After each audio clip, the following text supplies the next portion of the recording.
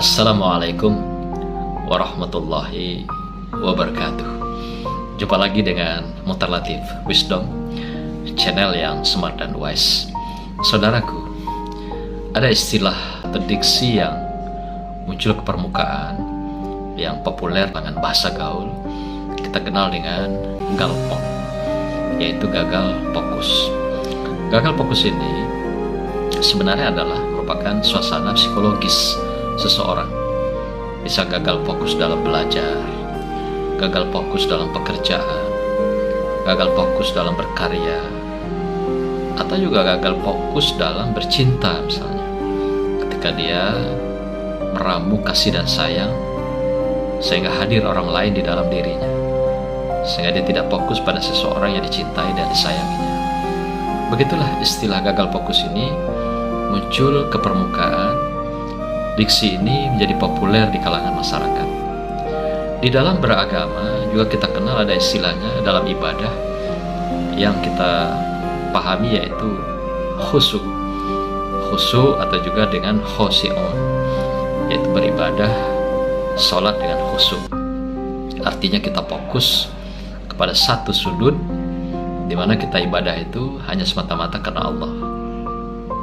Karena Allah lah kita melakukan ibadah, untuk Allah lah kita ibadah, dan pada Allah lah kita mengabdikan diri kita sepenuhnya. Itulah yang buat kita bisa khusyuk, fokus atas ibadah yang kita lakukan.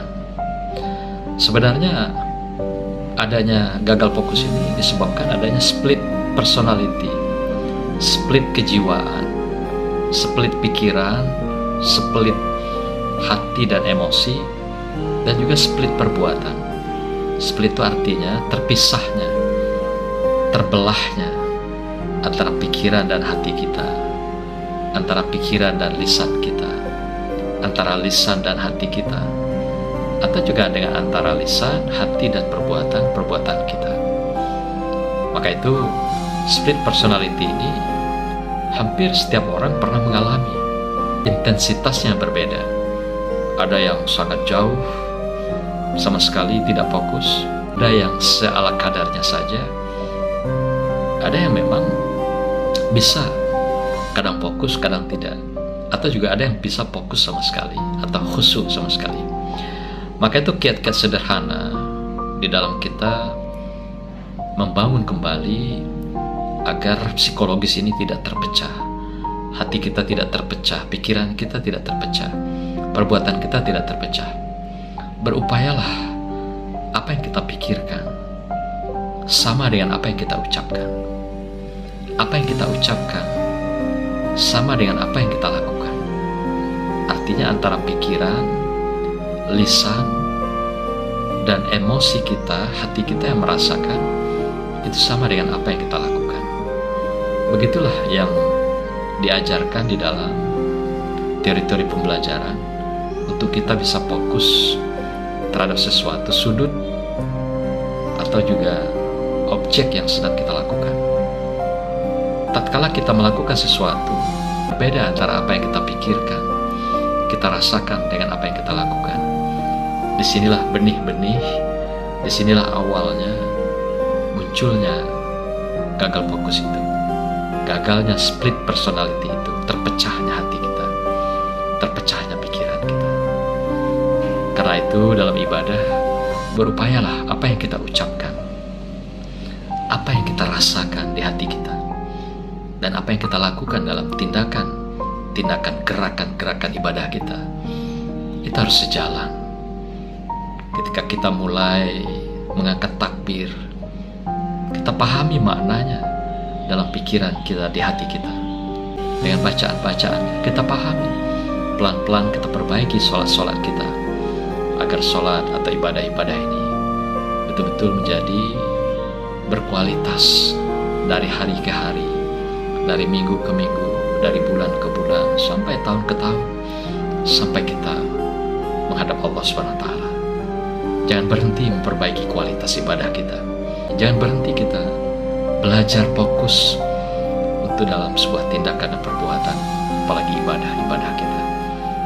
Jangan pernah berhenti untuk tetap memantapkan sholat kita, ibadah kita dengan khusyuk, agar apa yang kita lakukan betul-betul menjadi sholat yang terbaik, berkualitas di hadapan Allah Subhanahu wa Ta'ala.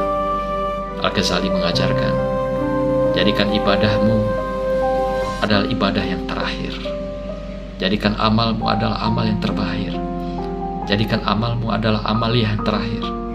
Jadikan sedekahmu yang terakhir. Jadikan perilakumu adalah perilaku yang terakhir. Maksudnya adalah apa yang kita lakukan terkait dengan amaliyah ibadah di dalam keseharian kita lakukan yang terbaik. Kita anggap bahwa itu adalah merupakan tindakan, perilaku amaliyah, ibadah, dan perbuatan-perbuatan kesalehan yang terakhir dalam hidup kita. Itulah merupakan persembahan kita, pengabdian kita yang terbaik yang kita lakukan sebagai pengabdian pada Allah SWT. Dengan demikian, insya Allah amal ibadah kita diterima dan dianggap berkualitas di hadapan Allah SWT. Mari kita belajar, mari kita mantapkan diri kita agar fokus di dalam kehidupan, terutama dalam ibadah. Kita bisa bangun, kita bingkai ibadah-ibadah yang khusyu' dan terhindar dari gagal fokus. Demikian, barakallah. Wassalamualaikum warahmatullahi wabarakatuh. Salam virtual.